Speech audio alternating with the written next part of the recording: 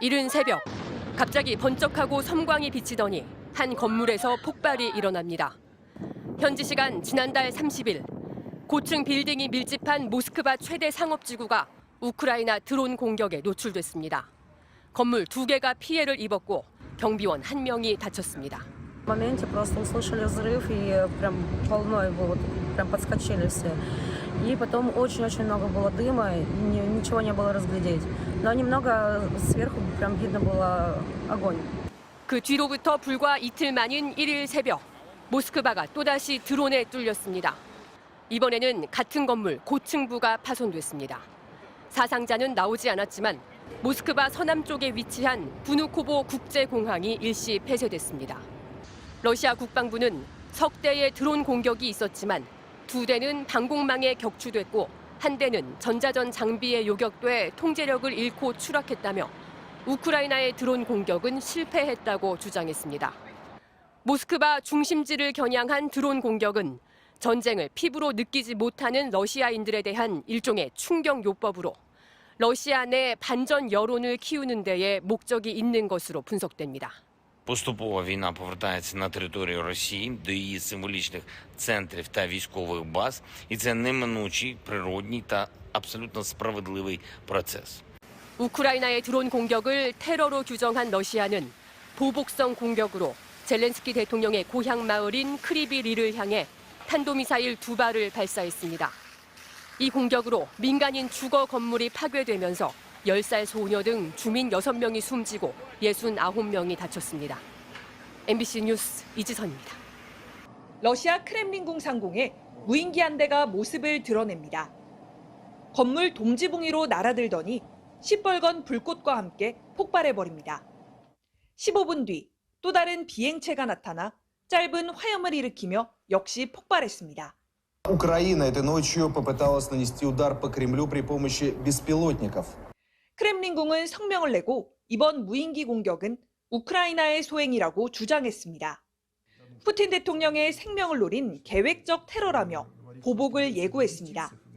실제 러시아군은 오늘 새벽 수도 키이우를 비롯한 우크라이나 전역에 대규모 미사일 공습을 감행했습니다. 푸틴의 최측근인 드미트리 메드베데프 국가안보회의 부의장은 자신의 SNS에 젤렌스키와 그 파벌들을 물리적으로 제거하는 것 외에는 남은 선택지가 없다며 암살을 공개 촉구하기도 했습니다. 반면 우크라이나는 드론 공격을 전면 부인했습니다. 오히려 전쟁에서 성과를 거두지 못한 푸틴이 우크라이나에 대한 공세를 강화하기 위한 명분으로 삼기 위해 공격을 조작했을 가능성이 있다는 겁니다. We don't attack Putin or Moscow. We are defending our villages and cities. We don't have, enough weapon for this. 외신들은 푸틴이 최근 크렘린궁을 방문하는 일이 드물고 공격 위치가 창문이 아닌 지붕 위였다는 점 등을 고려해 볼 때 직접적인 암살 시도보다는 러시아 정부를 조롱하기 위한 일종의 심리전에 가깝다는 분석을 내놓기도 했습니다. 실제 우크라이나가 러시아의 심장인 크렘린궁을 공격한 것이라면 러시아 입장에선 상당한 충격일 것입니다. 최근 우크라이나가 봄철 대반격을 예고하며 러시아의 의문의 공격들이 이어지고 있어 양국 간 긴장은 고조되는 양상입니다. 파리에서 MBC 뉴스 조명합니다. 러시아 본토 크라스노다르의 밤하늘에 느닷없이 드론 2대가 나타났습니다. 아슬아슬하게 건물 위를 저공 비행하더니 거대한 폭발음이 연이어 들립니다. 드론의 공습으로 유류 저장 시설에서는 시뻘건 화염이 잇따라 치솟았습니다. 러시아 수도 모스크바에서 불과 100km가량 떨어진 콜롬나에서도 드론이 목격됐습니다. 드론이 주유소를 살짝 비켜나 떨어지면서 인명피해는 없었지만 크렘린궁 코앞이 뚫릴 때까지 무방비였습니다. 우크라이나 국경과 인접한 벨고로드에서는 주민들이 놀라 대피하기도 했습니다. 러시아 본토가 직접 공습을 받은 건 대략 2달 만입니다. У этого изделия еще работал двигатель, моторчик. Поэтому был ли это моторчик или еще что-то иное, мы не стали вникать в супругу. 러시아 제2의 도시 샹트페테르부르크에서도 한바탕 소동이 빚어졌습니다.